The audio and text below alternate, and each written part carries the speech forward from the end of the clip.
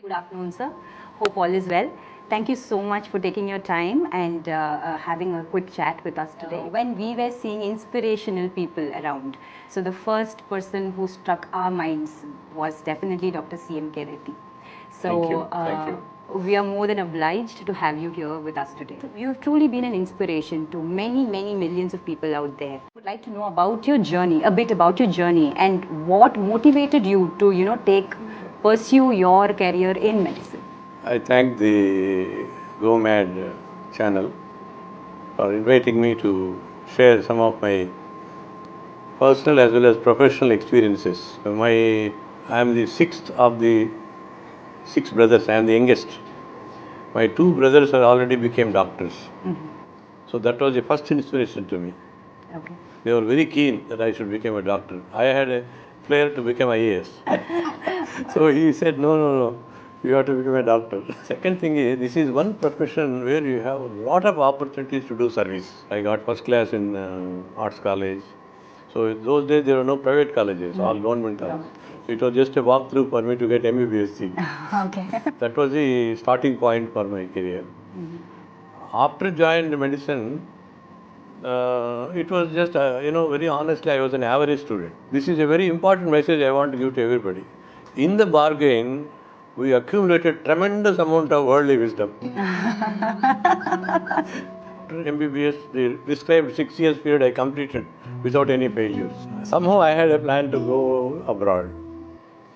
My family didn't want me to go because those who went never returned. 1 year, 1 month, day and night, I refreshed all my subjects. 75% is a pass mark for them. I got 81%. Now my family was stuck. Then they bargained. Okay, how long you are going to be there? I said 1 year. Just go there 1 year, just see, get some experience and come back. Then after going there, I found the American training system is very, very interesting. Very interesting and very structured. Here is called the chief residency, where you are trained to act as a chief of a unit. Oh, okay. Head of the report surgery than some of my examiners would have done. There is no way they could catch me in practice. Maybe some theoretical point they may catch, but definitely not in practical. Absolutely no. In fact, my chief said when I was leaving, Johns Hopkins professor, I was worried. Hey, don't worry. If they are not going to pass you, we'll change their examination system. When I came back here, then the question is where to settle down. Because my native place is in Andhra, the training is in Guntur Medical College, Andhra capital is Hyderabad. My brother was already practicing here, leading general practitioner. So these are all the various options I had. Then I said Chennai, then Madras. Because having been trained in a most affluent country like USA, with all the most sophisticated equipment, anything less than Madras I thought was not enough for me. Because I need the infrastructure. My district patients come to Chennai only. Nellore, neighboring district, they don't go anywhere else. Okay. So all my patients come to Chennai and we are known as a family of doctors. Come back to India will definitely want to be a number one surgeon and continue in as a general surgeon or a vascular surgeon, Whatever specialty. Yes. But why did you choose even the educational stream as well? What made you choose that also? Number one, basically I have a flair for teaching. If I am in a teaching institution, I can transfer my knowledge to the younger generation. Teaching is also learning. Hospital, when I started Stanley Medical College, I found teaching was not up to the mark. And when I became an examiner for MBBS, I found even very good students committing howlers in the examination. Obviously, there is some missing link. I will do one thing. Sunday classes I will start. Sunday I will have Sunday classes. Let us go subject in depth and see what mistakes you are committing the examination. We will point out. And what the examiners expect, I will tell you. So that way it was 100% attendance.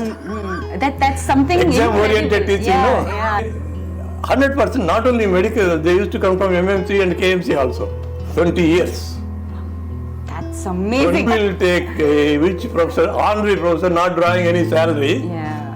takes 20 years every Sunday, 10 to 1 I used to take. Other thing I have done is surgical teaching is very difficult because when we are doing surgery, we'll be busy concentrating on the what job, no? We can't be diverted. Correct. So we can't be even teaching also. So it's difficult to teach surgery unless you are actually participating in the team. Practical exposure. Yeah, even from a distance, if you watch also, you can't learn. So then I thought, best way is to video record the surgery and sit them in the classroom and teach. You had actually video recorded the surgery in the theatre, the live surgery? Yes. Okay. Zoomed it, only the operating area will be seen. Operating table, surgeon will be here, assistant here, There will be another over table. On the center of the table, camera sits. Extremely friendly with the students. So I can quote one incident. One professor of medicine made a wrong statement in press about Stanley students. So next morning when he came to college, students wanted to beat him. He didn't know what to do. He ran to the dean's office. 500 students entered into dean's room.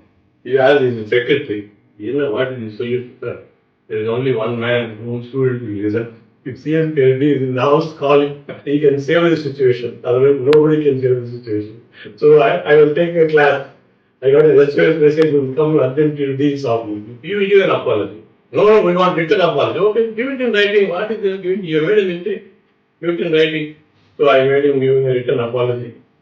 Then I took him to the car. Well, you go. Students stood by me. I was a doctor for all the cinema people. Before these corporate hospitals came, Okay. I was called the cinema doctor. I think students,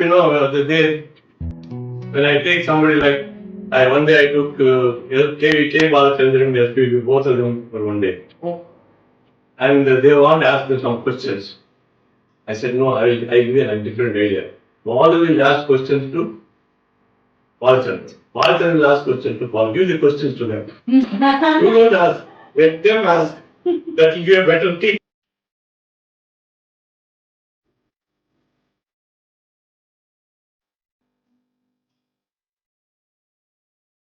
During the Apollo days, right? So you were also there in the committee where the blueprint was also made. Yeah.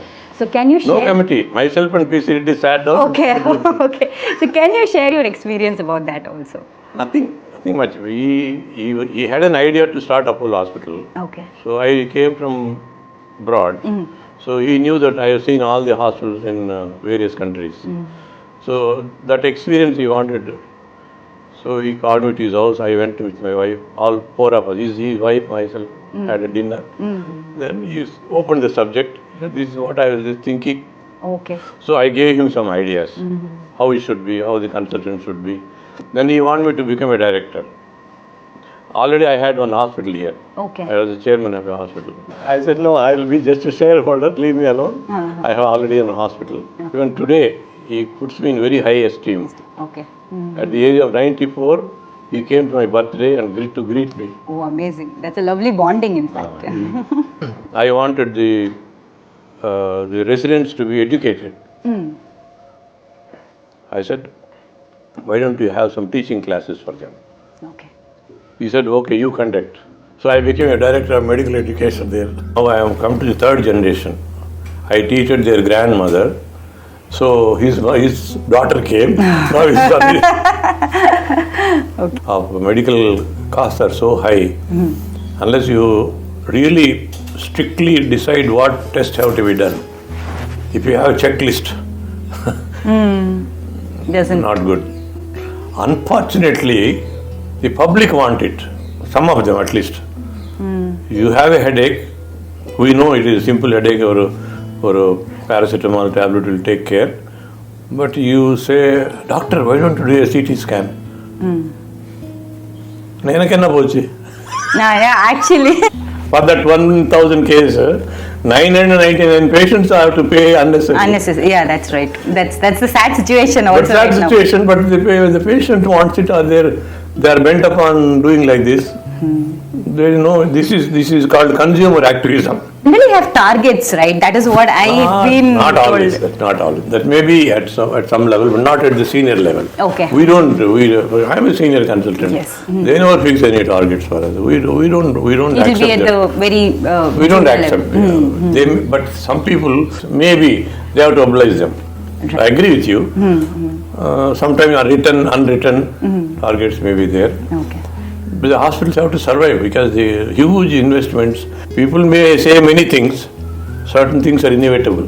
There is a saying that I often tell. The new doctor built a hospital, and he was asking somebody, "Enga recovery room enga vecha nalla irukkumane?" He said, "Best place for recovery room is next to building section." They see the bill, you go into shock. You have to recover. True, very much required.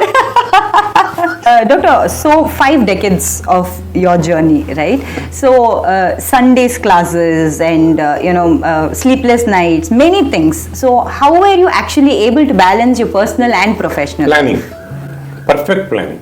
Morning when I get up, I know exactly what I am doing till night. I don't see patients without appointment. So my meetings are all scheduled. Classes are scheduled. I never see patients after 7 p.m. I operate early morning, 6 o'clock. If a situation may come when on a Sunday when they see me, they tell, "Mom, uncle has come to see." So I said, I am not seeing patients after 7. I want to spend time with my children.